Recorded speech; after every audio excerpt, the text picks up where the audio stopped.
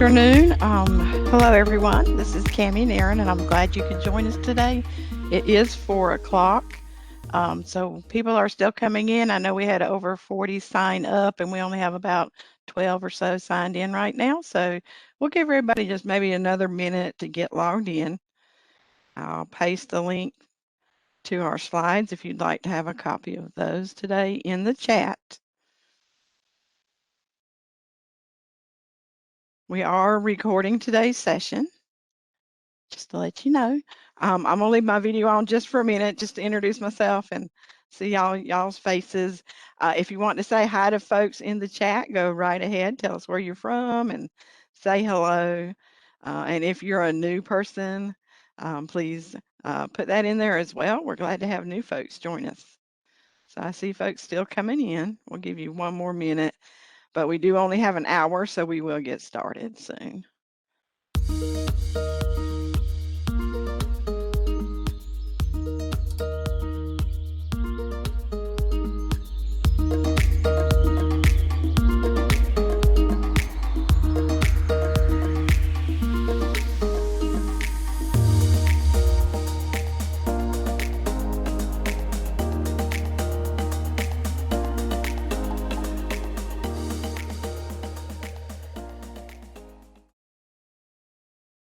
Okay, so let's get started. You have joined the admin start of year refresher and what's new in NISIS session. Welcome to a new school year. Thank you guys for all you did to complete last year. And it's already time to start a new year. So we know how much work goes on behind the scenes and how many of you do not have summer off. So thank you for all the work that you're doing. Today's session, we hope you will learn how to start the school year by provisioning staff accounts in the system. Setting those plan types, the difference between setting access, excuse me just a minute, setting access to a staff plan versus setting access to a principal plan or evaluation. And then how to verify if staff have started their plans so that you can then see them in the staff evaluations page. And we'll also take a look about setting those access rights for evaluator observers, peers, and mentors, even view only and reopen access rights. This session is geared toward district or site administrators, those of you with that kind of access in the NISIS system. So I'm going to turn off my video and we'll move on. Let me paste. I see a few more have joined us, so I'm going to paste the link to the slides in the chat. I am Cammie and Aaron. I do work for NCDPI for the Digital Teaching and Learning Division in the Homebase area, and I do manage your NISIS system, your North Carolina Educator Effectiveness System. And hopefully Robert can join me today. He is my partner in crime over on the policy side of NISIS. He is our NISIS system business owner, and he is over educator standards and the evaluation.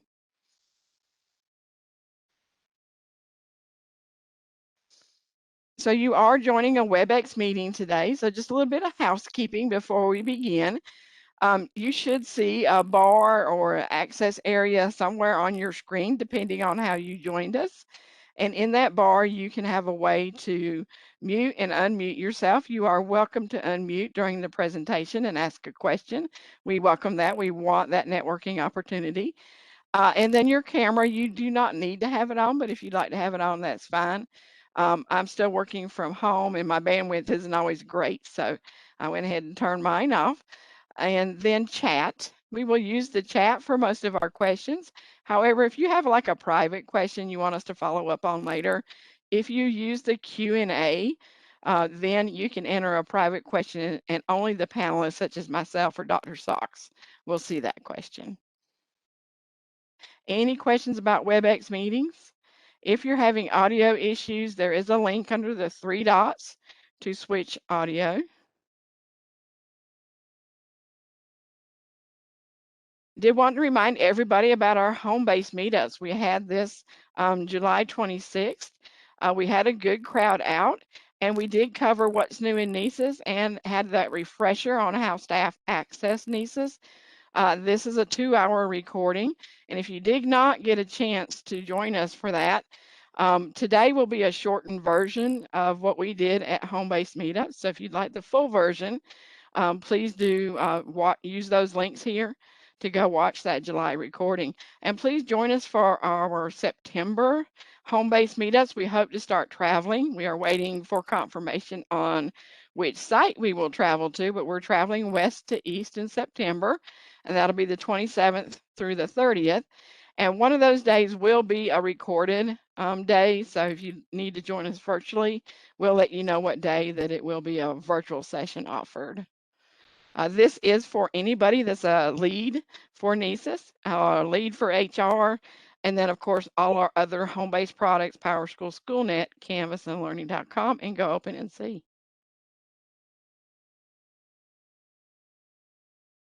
Today on our agenda, we're going to look at how to provision your staff so that they can access NISIS, and then how to manage your staff rosters in NISIS, how to set those plan types, how to set staff access rights to plans, how to verify staff have started their plans, what's new in NISIS, and the Q&A resources. Trying to figure out why my captions aren't showing up.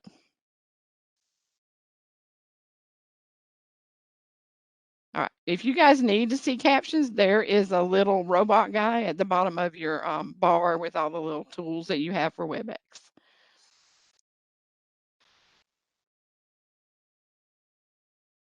All right, they were showing up a minute ago. I'm not sure why they're not showing up now, but we're going to move forward. So I would like for you guys to say hi in the chat, introduce yourself. Do we have anybody new here today? Anybody their first time with NISIS this year? Or you're maybe you've only been with us less than a year?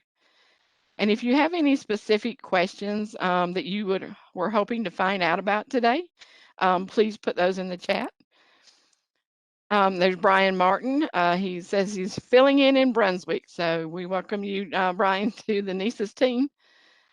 We have a lot to cover today, and we hope that you get a lot out of it today. So welcome to NISIS. Anybody else would like to say hi in the chat before we move on? I know we've had a few new folks coming out.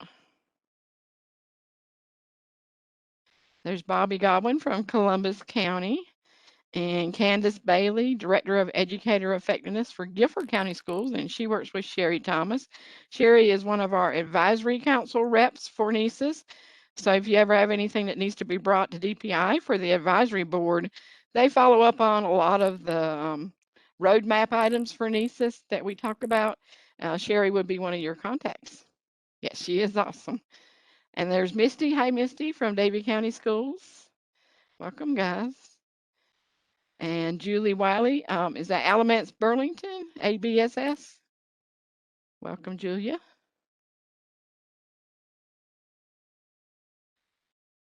All right, anybody else?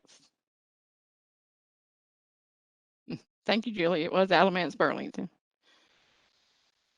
All right, so let's get started. We do have a quick hour. Oh, there's Columbus County, Christy. I hope I'm saying this right. Leonthal, principal at Acme Delco Elementary School. Welcome, Christy.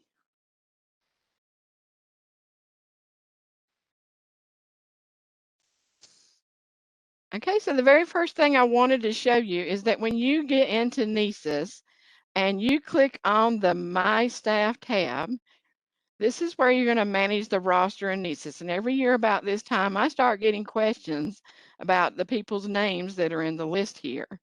And in the list, this is your roster of active staff.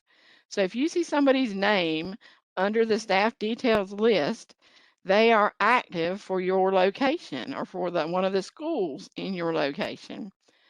Good afternoon, Leslie Falk from Columbus County. Glad you could join us. So we're going to look at how every year I get questions on how do I get, like, here's Carmen, and Carmen's no longer with my school system. Why is she still showing in my list here on my staff details page? So we're going to tell you how to, you can't just remove her. Yes, you could go in here and open her profile edit her profile, make her inactive, and you'll not see her for that day. And then tomorrow when you come in here, she's going to pop right back up. So we're going to find out why. Also on this page, I don't know if you can see these light lines. When you open the little drop down arrow and you only see the drop down arrow if you have access to that staff, you can look at their profile. It's also called user details. And you can come in here and see additional information about your staff. What if their name is wrong? Can I fix it in NISIS? You cannot edit names in NISIS. The usernames in NISIS for your staff, username and employee ID is going to be that 10-digit UID number that everybody gets. If I have DPI staff listening today, it's going to be your NCID showing there. Your account status, active. Everybody in this list is going to have an account status of active. And then it's also going to list that email address. Can I edit that? Yes, but it's going to update overnight back to what it was before, and we're going to find out why. Current staff position. Are you instructional or are you administrative? Everybody in NISIS currently is either instructional or administrative. Instructional is everybody that falls under the policy designation, maybe it's legislative designation of teacher.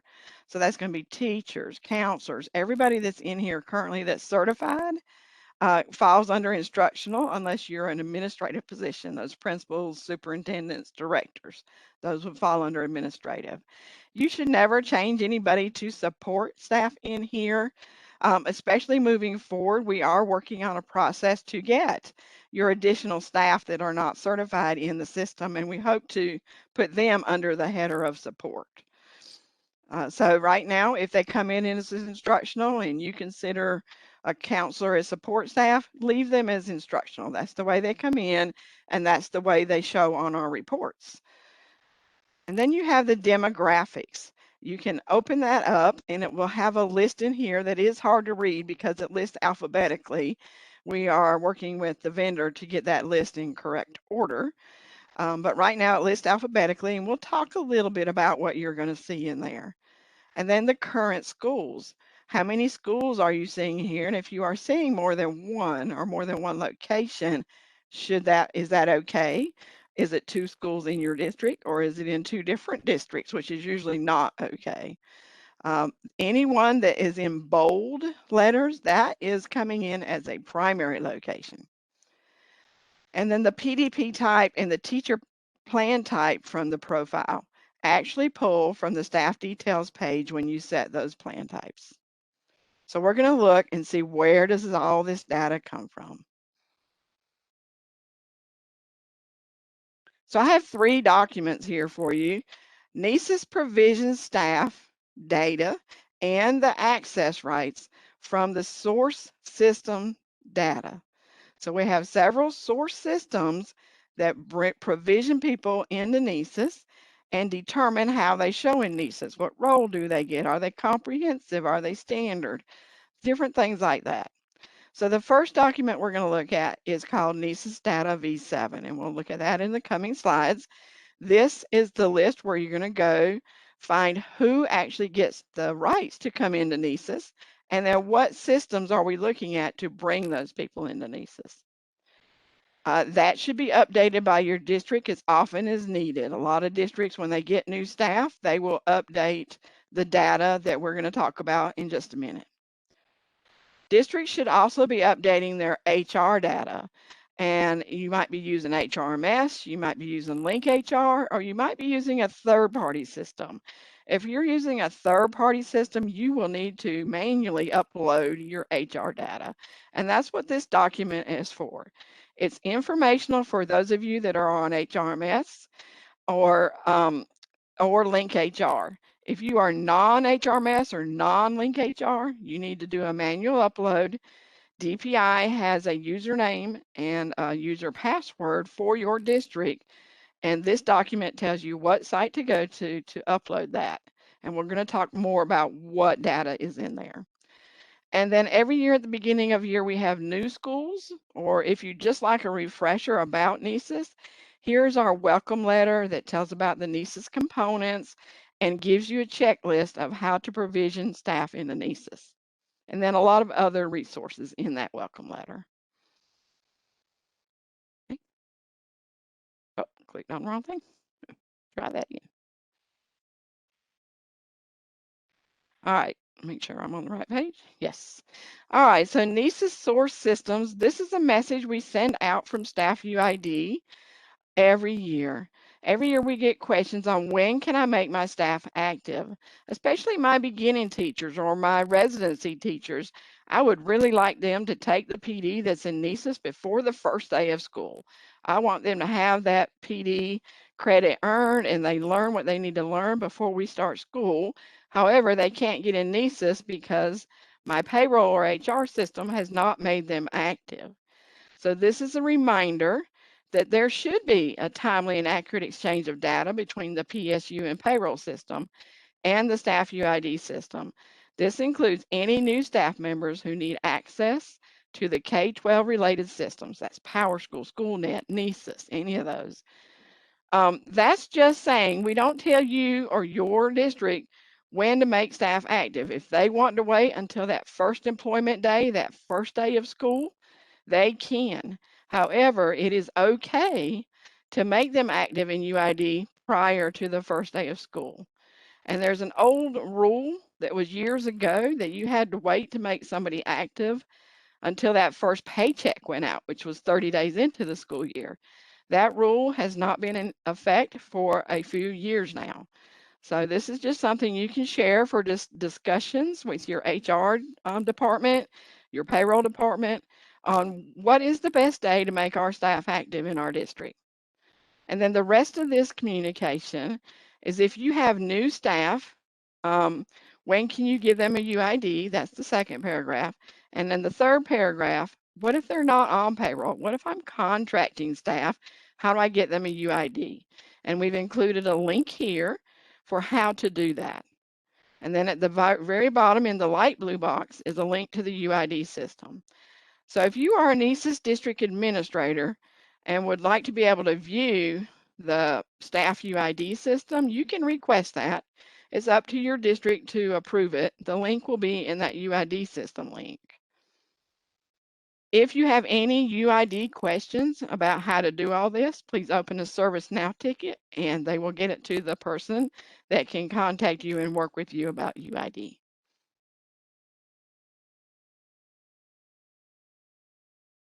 All right, so the NISIS data system sources for staff. We have what's called a nightly feed, and it's the T&L person import file. For us, it's called T&L because the NISIS system was first known as True North Logic when it was first implemented. So our import file is still known as T&L. So if you hear the letters T&L, it is referring to NISIS, the North Carolina Educator Effectiveness System. Every night, a person import file goes around to our data systems and it gathers data and then it says, oh, this person should be active in NISIS, or wait, this person needs to be inactive in NISIS. So we're going to look at this closely in the next few slides.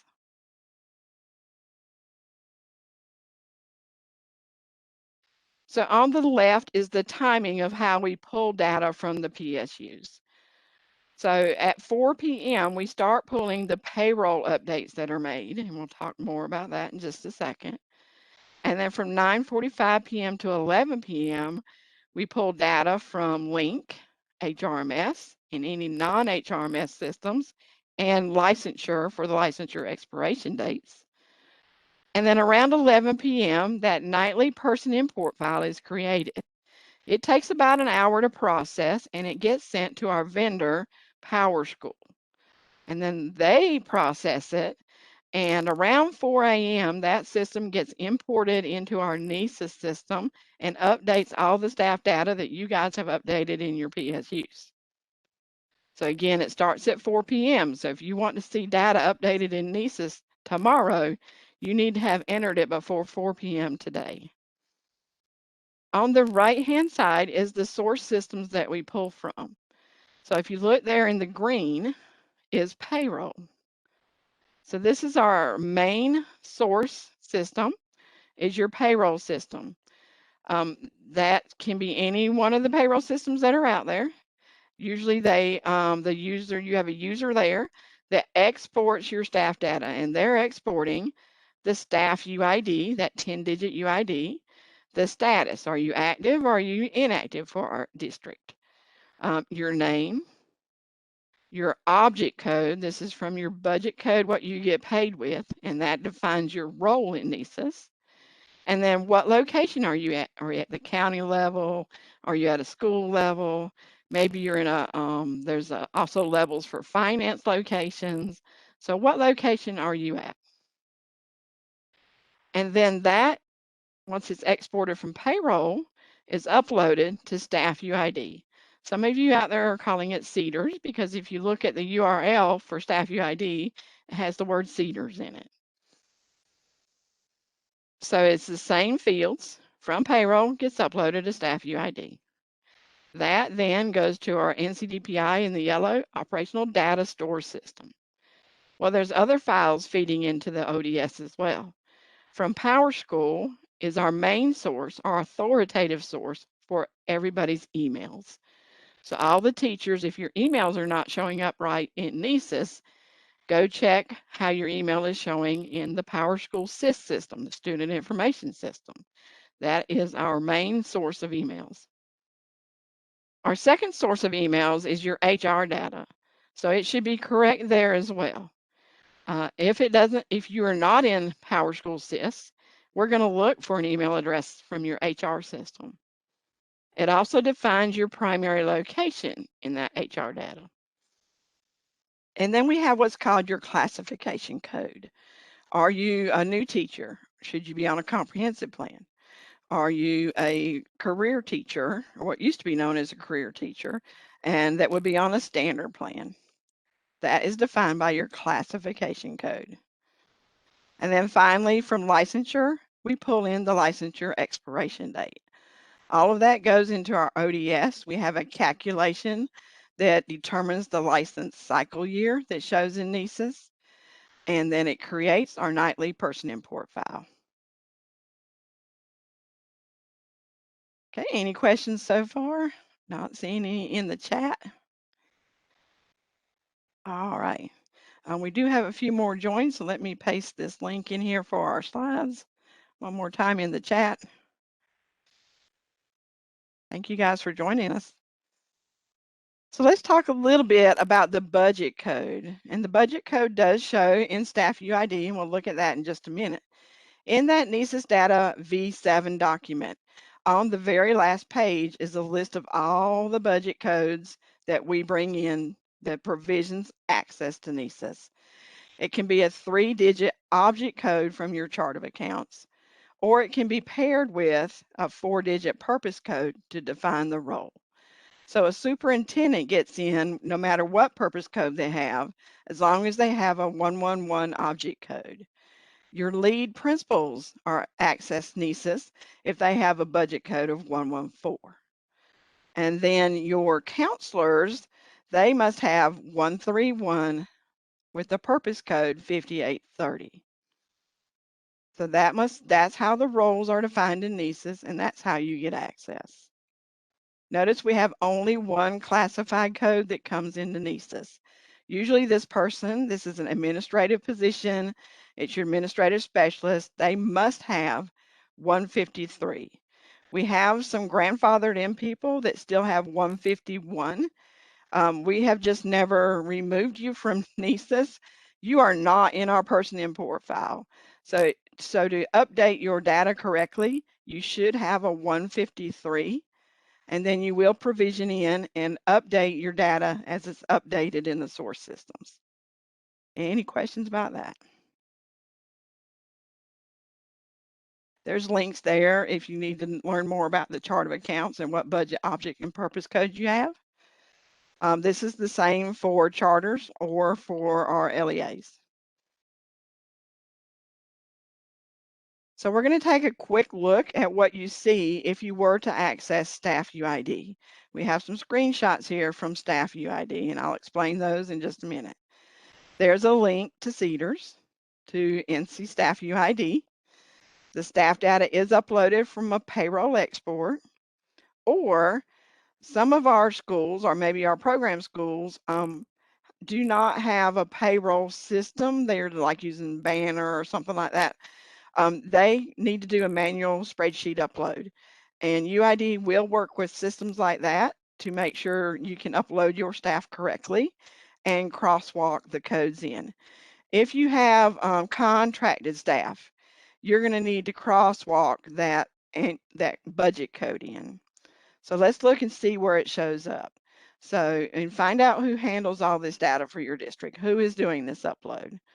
So the staff 10-digit UID, who is creating all those UIDs for your system, who is deciding if they're active or inactive, and when is that done in payroll? So the active and inactive status in the teal blue line, you'll see here, I've got it highlighted in yellow.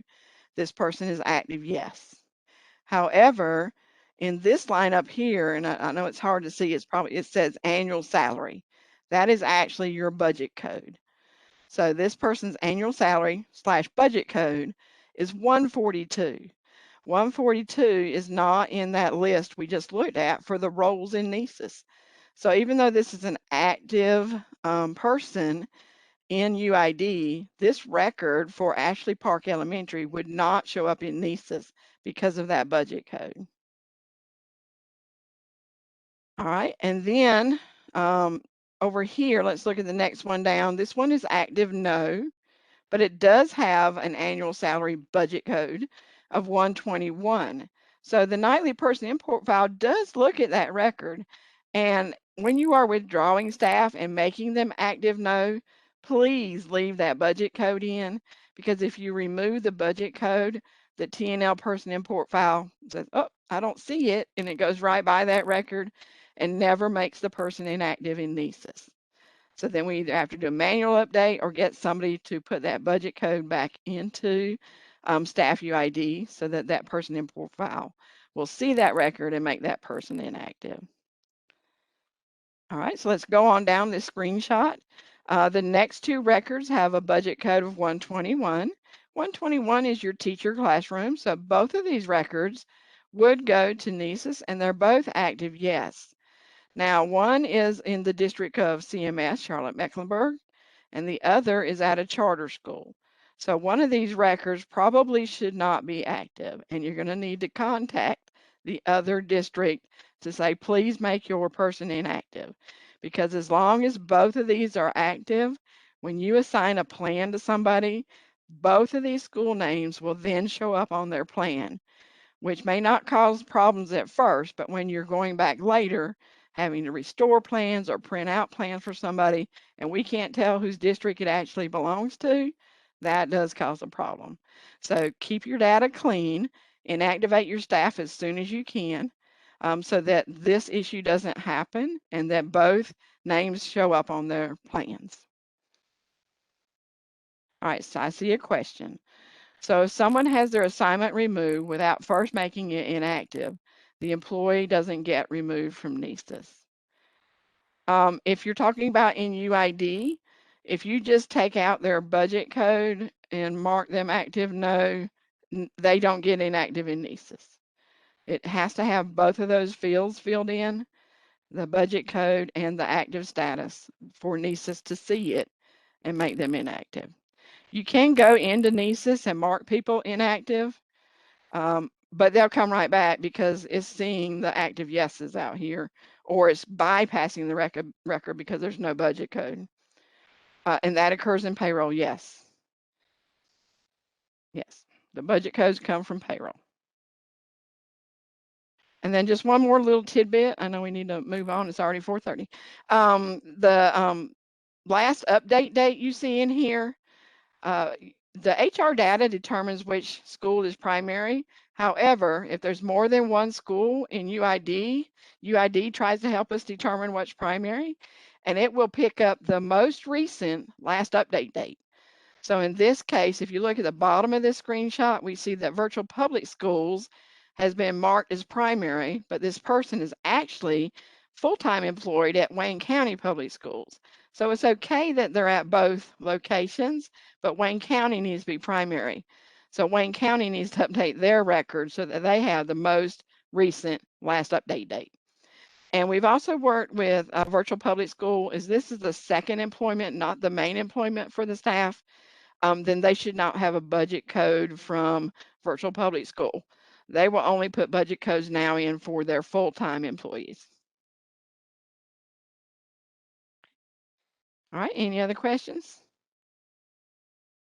All right, HR data, let's take a look at that. So that was UID. Now this is HR data.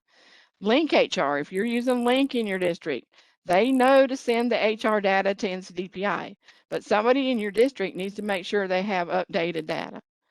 HRMS, anybody with HRMS, that HR data also goes to NCDPI, and somebody needs to make sure that data is updated.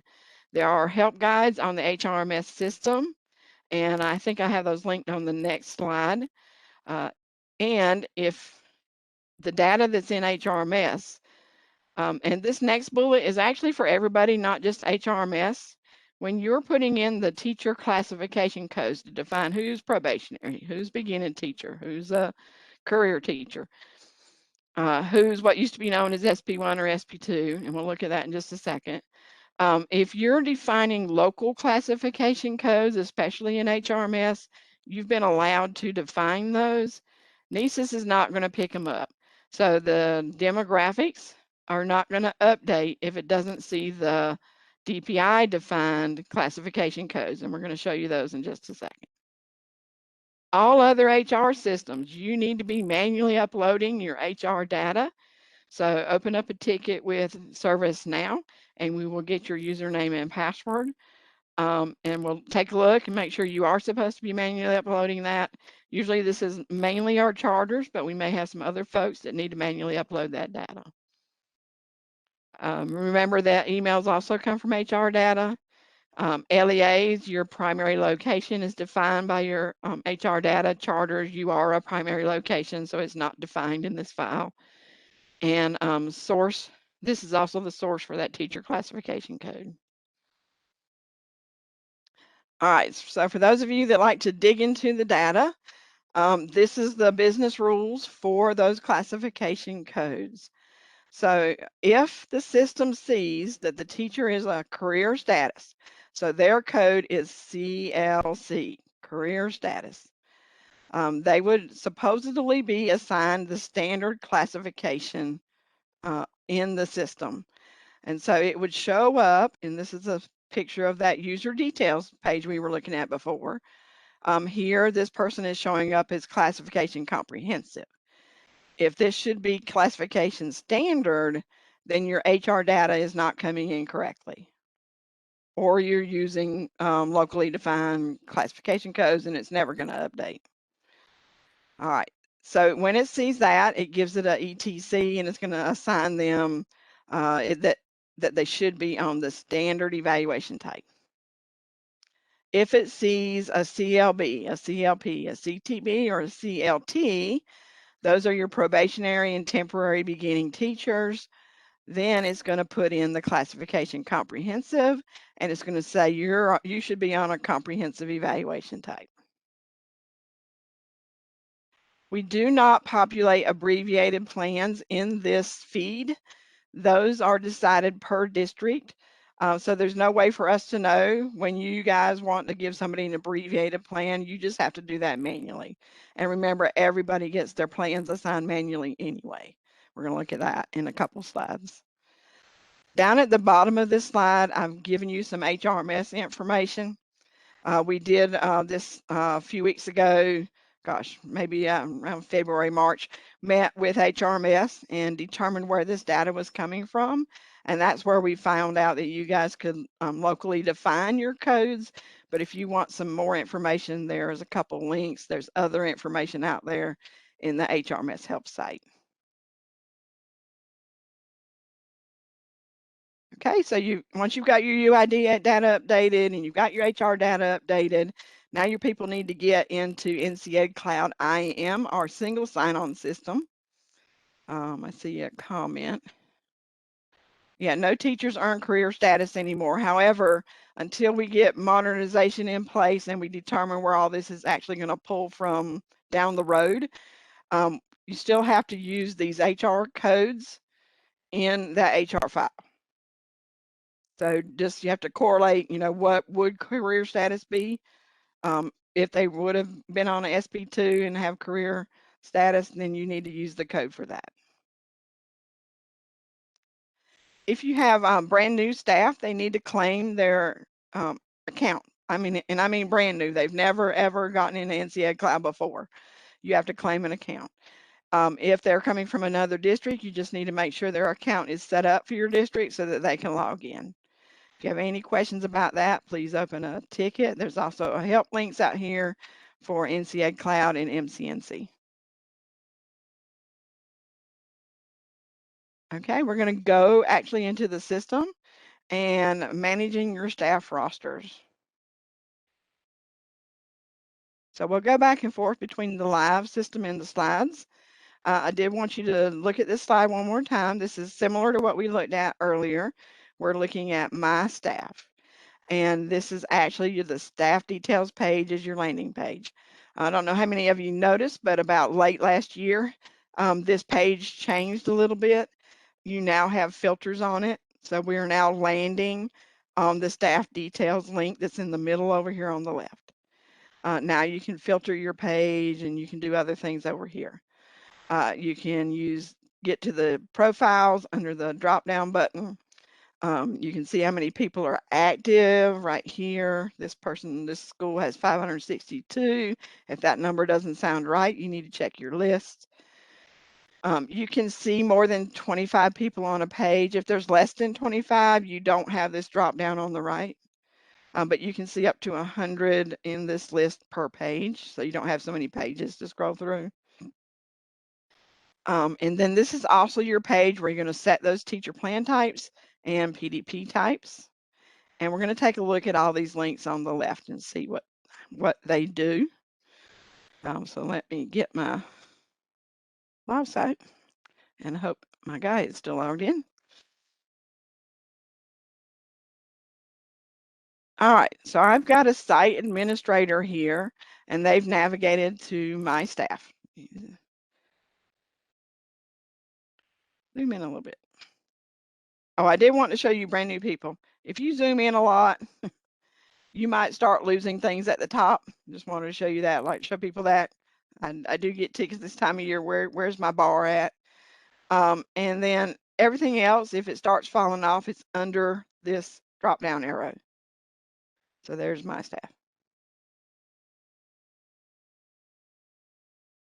Okay, so we're on the My Staff page. If you have access to more than one site or location, then you're going to have to pick what site you want to look at. And whatever you pick is going to show up down here. So this principal has a list, in his list has four staff. They can click under here to go view that user profile. There's usernames. If you're a district administrator, you'll have the ability to edit some of this. You could actually come out here and set the PDP type and the teacher plan type individually if you like, if you didn't want to do it on this page. But you'll have an edit button if you're a district administrator.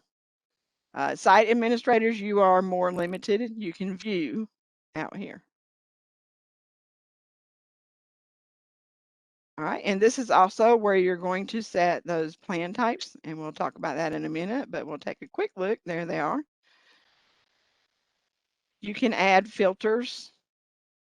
So maybe I want to see everybody that it contains instructional. Maybe I only want to work with my instructional staff today. I just hit enter on the keyboard, and now I'm only seeing my instructional staff.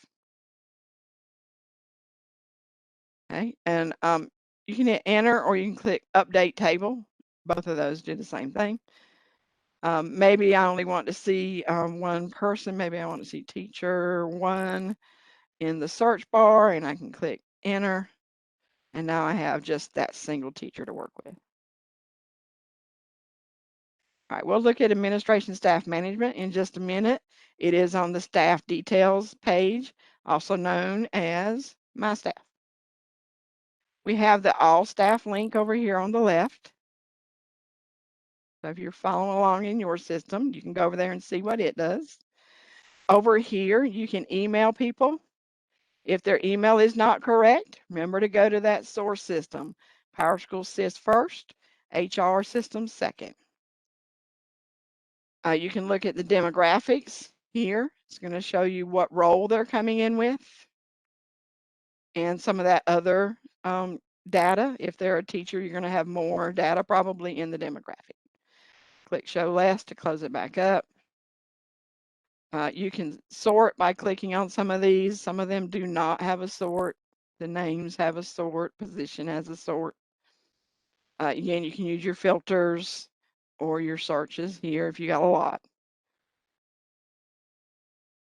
Under this button, and we're going to talk about this again, see here it says Edit Principal Plan. I can click that, and it goes straight to their plan. And now I can work in their plan.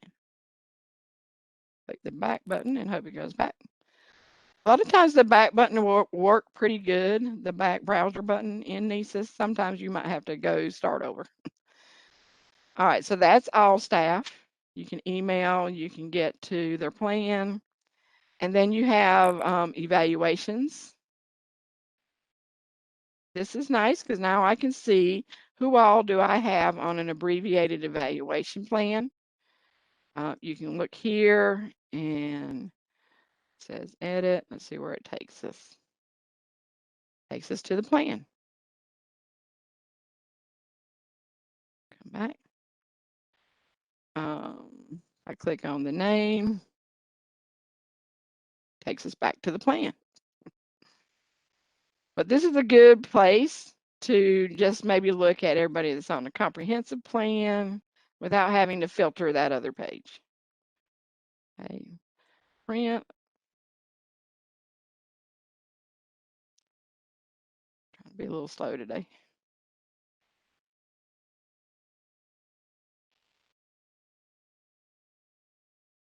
All right, we're not going to wait for that. I think it loads up your print version of your plan. All right, let's go back to staff details. Sometimes you get that little warning. If it doesn't stick around, don't worry about that little warning. It will still pop where you need it to. So we've gone back to staff details, and I wanted to show you administration staff management.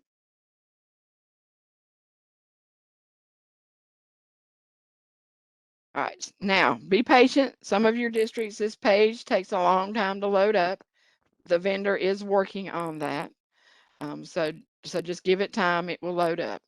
This is where you can add people to be, to give them peer observer rights, reopen rights, view only rights. You're just going to search for their name. You do not need to fill in everything on this page. Just put it in, come down here and click search. I'm already in here, so it's not going to find me. But if it did, you would just check the box and select them, click select. And then they'll get added to this list. It will actually pop open their admin rights window. So we're going to look under somebody's admin rights window. Before we do, this can manage rights button, if you uncheck it, it's supposed to then make that person unable to add administrators. I need to test this out further. I just found that out today from the vendor as to what exactly that box does, because it seems like when I uncheck it, it comes right back. So we need to see if we have a script in the background that says, I usually look at it and say, oh, that person's a site administrator. So that every site administrator has that box checked. All right, you can get to the profile there as well, but we want to look at admin rights. This is where you're setting admin rights, and I do have linked in the slides how to set these admin rights, the guide for that. So you'll have the name of the person you're setting the rights for. So maybe I want this person to be a peer observer.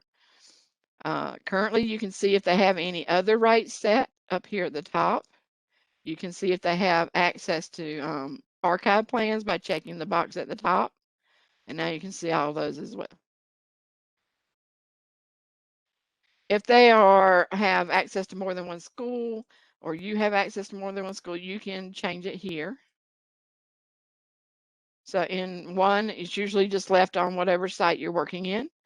In two, if you come in here and you don't see any plan types, that means you have not set them on the other page, on the staff details page.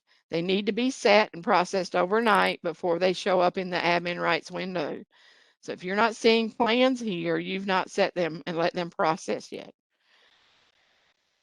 So I'm going to pick the PDP plan. If this person should have access to everybody, including new staff I'm going to hire later this year and put on a PDP, then I leave number 3 blank. There's no rule out here that tells you that. But if you leave this blank, it will allow you to give somebody access to all staff, like it says up here, all staff at that school. If you check everybody in this box, then when you hire that new person, you're going to have to come out here and check them too. Okay. Now, if they should only have access to one person, you're going to check that. I'm going to leave it blank so I can show you what that looks like. And then, well, I picked PDP. So we can assign mentors on a PDP. Peers go on the comprehensive plan. They're optional on other plans. All right, so we're going to assign the mentor to everybody, including new people. And we're going to click add. And there's your little alert. You're going to give access to everybody on this site selected. We're going to say OK. And now it's added at the top up here. It was done on this page. If it was manually added via a step, that's probably like when you add district administrators, you give rights to for an evaluator to evaluate a principal plan. That's done on the staff evaluations page, and that's the via a step. If it says school admin, this is a principal or somebody that came in through the system with a 114 budget code, and they automatically get evaluator rights. The system gives it to them through school admin rights. All right, any question about how to assign rights? We're going to take a quick look. I'm going to jump over to staff evaluations and hope this person has access. This is a site administrator. We may not have access. So if you look at let's see if we got a principal plan in here. Use my filter. Active plan equal to principal and update the table. Oh, they don't have access to anybody on a principal plan. All right, well, we're just going to look at another plan and I'll show you where it is. So I'm going to open the plan by clicking on their names. And all of this is in your guide step by step. There's a tab over here called Access Rights. When we click here, we're not going to see anything because this is a site administrator. However, if you are a district administrator, you are the only people that have rights to assign those evaluators of your head principals. Remember, your head principal already gets automatic rights to evaluate their APs. So your head principal needs an evaluator probably in NISIS, and you're going to see some buttons here to add those evaluators. So you just click add evaluator, you go and search the name like I showed you a while ago, and you add that evaluator. Any questions about where you set the evaluators of the head principals? Okay. All right. So I'm going to jump back to our slides just a minute so we can see where we're at. Okay, so I did forget to mention when you're setting your plan types on the staff details page, you're going to set your teacher plan type and your PDP type at the same time. That informs what rubric shows up, especially for your counselors, your library media folks. They need to see library media rubrics. So when you pick the library media coordinator standard and put it here in the teacher plan type, and then select the PDP type of individual monitored or directed, then the rubrics that show up in the self-assessment in the PDP and in the observations and summary evaluation in the teacher plan type should show as the library media rubrics. So make sure you set those at the same time so they process overnight. We do have a new setting of no PDP. This is good for those of you, you'll see the teacher plan type for principals will already be set. We've told the system to set those so that the DA can go set those evaluators. They're also auto started so that they show up on the staff evaluations page. Principals set their goals in their plan, their teacher plan type.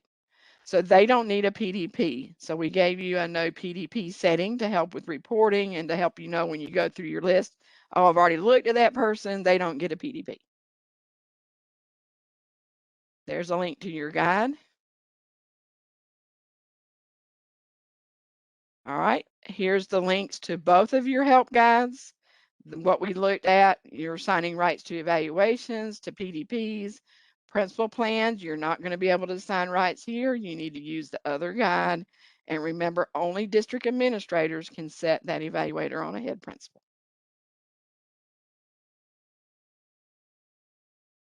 All right, here's that window we looked at, the administration staff management link. We looked at all the steps, who you're setting rights for, what plan do you need to pick. Remember, you have to have your plan set and process for them to show up. Check one person or leave it blank or check all, your choice, and then choose your rights and click add. How to verify if staff has started their plans.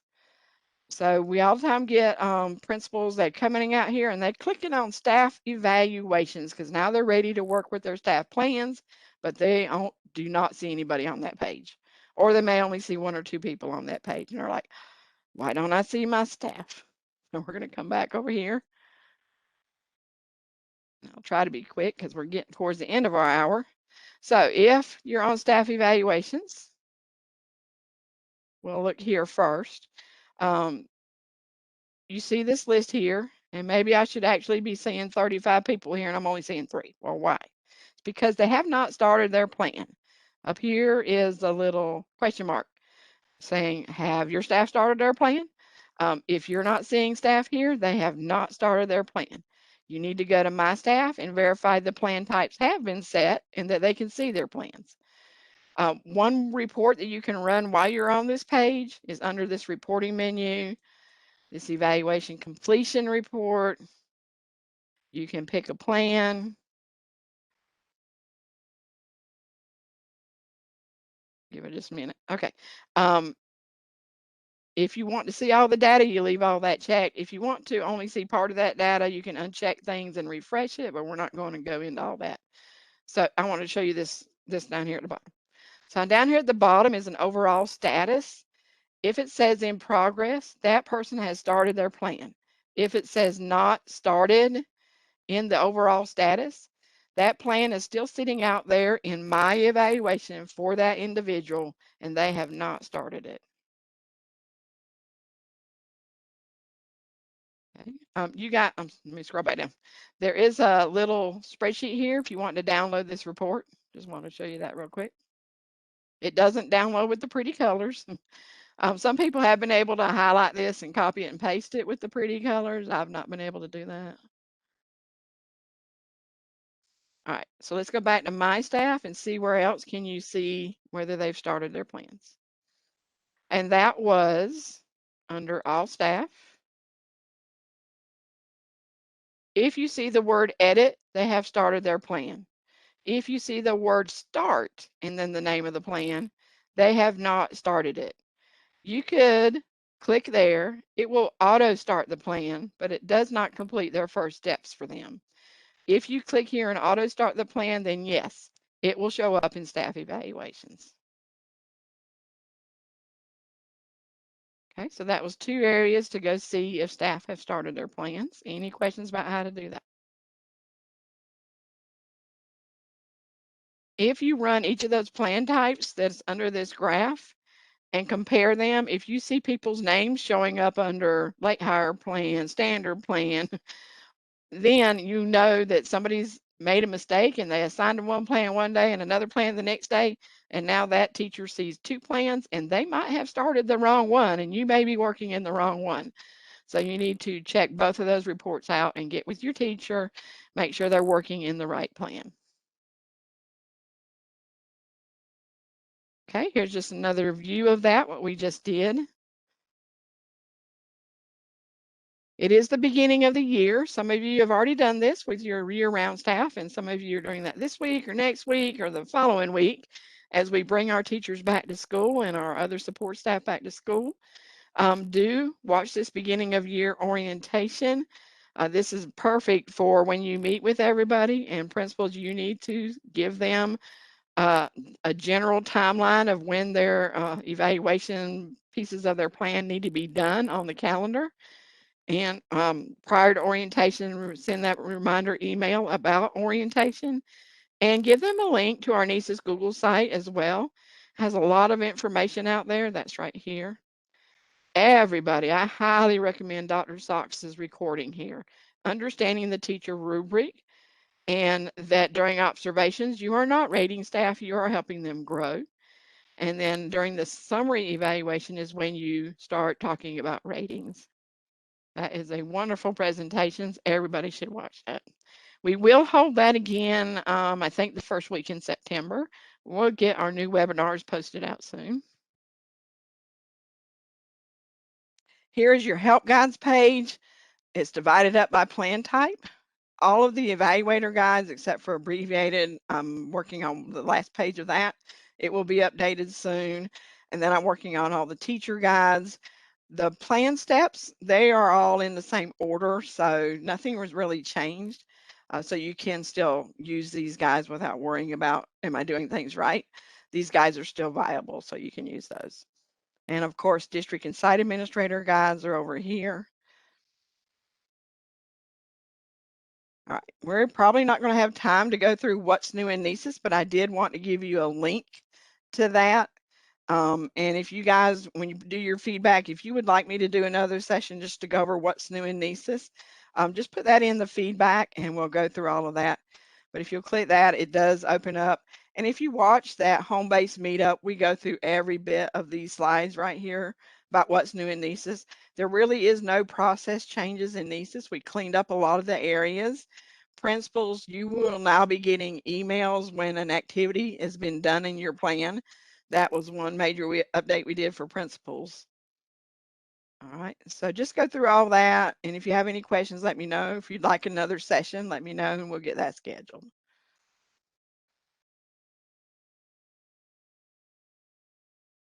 Okay, I don't see any other questions coming in, and it is getting close to the 5 o'clock hour.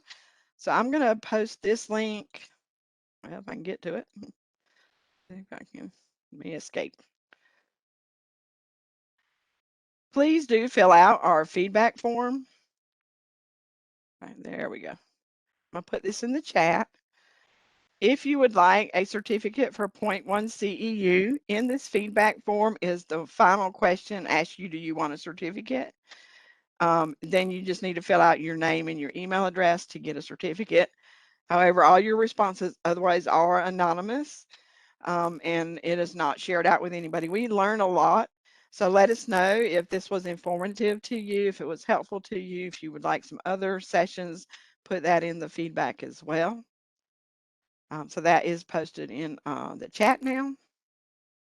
And just have a couple quick slides to show you, and we'll call this session a day.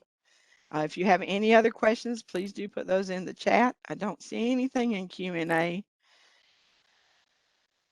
Our next webinar is beginning of year for principals on August 10th.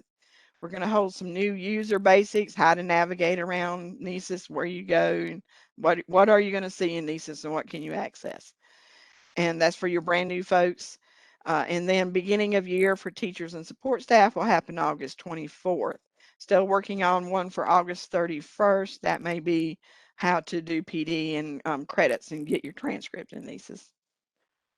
Start of September, we're going to hold that teacher rubric one again. If you want to see last year's webinars out here on YouTube, I've got those posted out there. please look at our Facebook page. We have a Homebase Facebook page, and every Wednesday I post a Did You Know? And so here are 3 of our Did You Knows that we've done for July. So we're going to need a new one for August. So check those out. Like us. We're trying to get 500 likes, so please go out there and like us on Facebook.